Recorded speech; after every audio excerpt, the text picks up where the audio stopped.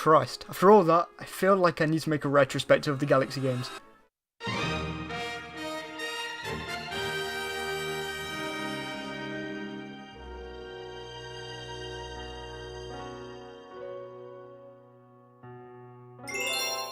Well then, after about 2 months of slowly playing through Super Mario Galaxy, the 3D Mario game released little under 13 years ago now, when I was only a wee little child, I am finally ready to talk about this game in depth.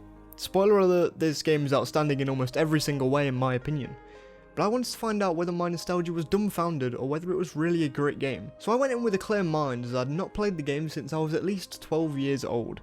This sort of retrospective video will go into pretty much everything a review would have discussed at the time, apart from small bits of nostalgic memories I feel I must share. Now, this game was my first ever 3D Mario game, and I think my first ever Mario game in general. I'm pretty certain I just finished one of my first ever days at my first school.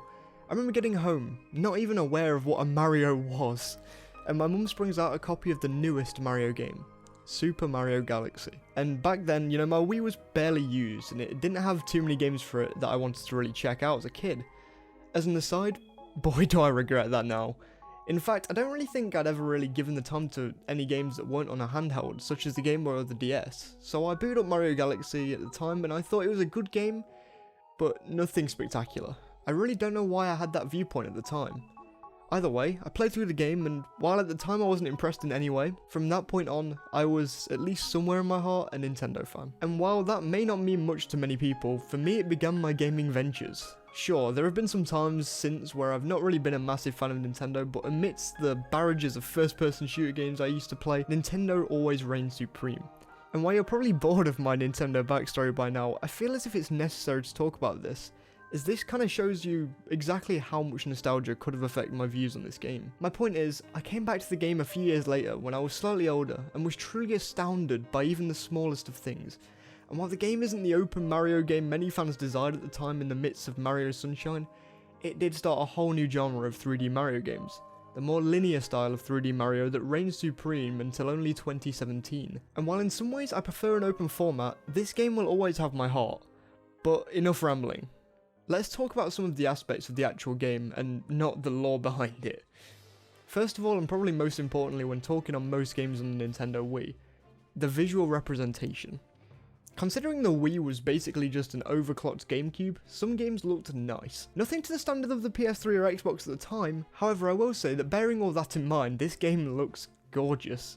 Again, nothing to the standards of now, but when looking back at this game, it really holds up kinda well. The art style was expertly used by the designers to play on the atmosphere of each level or galaxy, and one of the real standalone things in this game that gives it that personality us Mario fans love and dream of has to be the background views.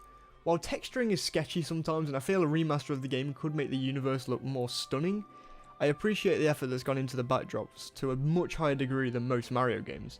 It shows us that these essentially random placed platforms have a place in the universe, and sometimes you may even wonder what could be down in those worlds if you were let out into the open and out of the confines of the games to explore. The best example of this has to be Space Junk Galaxy. Completely random platforms given personality using a simple background. These backdrops bring the game to life and really hit home that Mario is really out in an ever-expansive universe. And visually my favourite cutscene in the game. This one.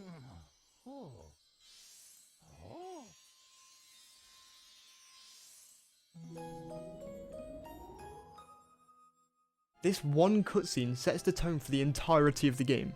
Space is giant, and in Mario's boots you'd be shivering in your timbers. Now next is the audio representation. What must I say that hasn't been said thousands of times already? This game might just have one of the best soundtracks in any Mario game to date. While I love the soundtrack to both Odyssey and Mario 64, I don't find them to solicit that grande feel that Mario Galaxy sets.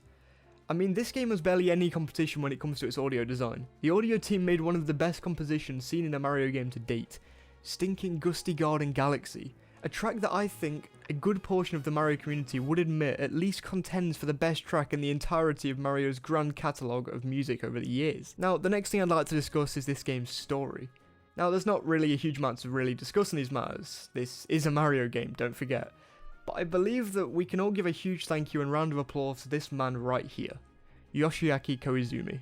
for giving us at least some hint of a story in the form of Rosalina's troubled backstory. While this may not seem like much, this man single-handedly snuck this entire backstory into the game, despite Miyamoto telling him not to add in the backstory. He snuck the entire backstory under Miyamoto's nose and has been fighting Miyamoto about stories for years.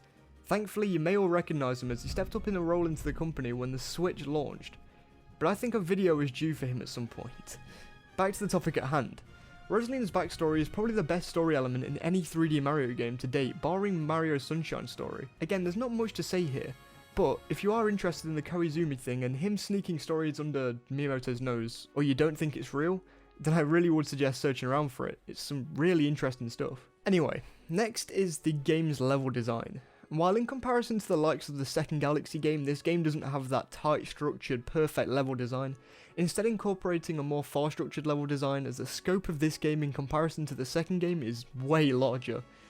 Like I said earlier on, this game makes you question what's going on outside of the worlds, and when I think of the designers creating Mario Galaxy, I don't think of them carefully planning out exactly how far the player must jump to get from platform to platform. I think of the designers bouncing ideas off of one another and cooperating to create this massive cohesive world of otherwise just random platforms, creating a lively and charming video game. I mean, just look at Gusty Garden. Mario rides part of like a dandelion to what is basically another section of the galaxy. How many other teams would have thought this stuff up? No, this game was developers crafting an excellent experience, not labouring it into shape. Now then, the last thing that I'd really like to talk about in this somewhat short retrospective video would have to be the controls.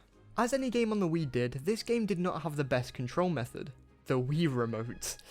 But the game excellently plays this into the hands of the player by creating a great movement feature, the spin.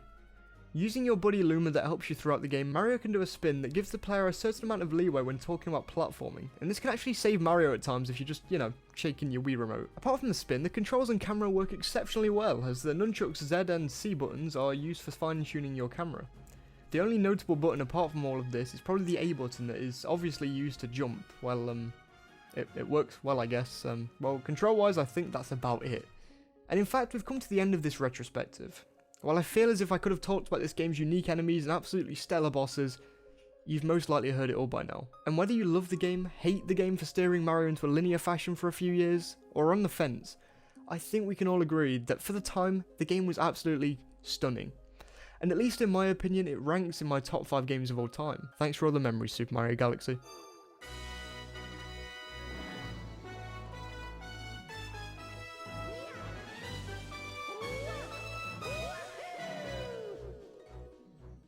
So, tell me, are you around my age? Do you have these nostalgic feelings for Galaxy? Do you like it in general? Or just do you hate it? Tell me in the comments, and please do say why, as I always love interacting with you guys so much. Please go and follow my Twitter and Instagram on screen and in the description right now. And do join my Discord, as we're very close to 20 members now. You'll find it on my Twitter pinned. And one more thing, I have a Patreon now. It's not mandatory for you to go and do anything with it at all, but if you think that you'd buy me a drink if we were together in real life, then please do consider pledging some money, as it really helps out bringing higher quality videos in future, and I will appreciate it greatly. If you can't afford it, then please do not pledge any money. Link is in the description. With all of that said and done, if you enjoyed, please leave a like rating and subscribe for more weekly Nintendo and Zelda content. Thank you for watching, stay safe, and I'll see you all next week.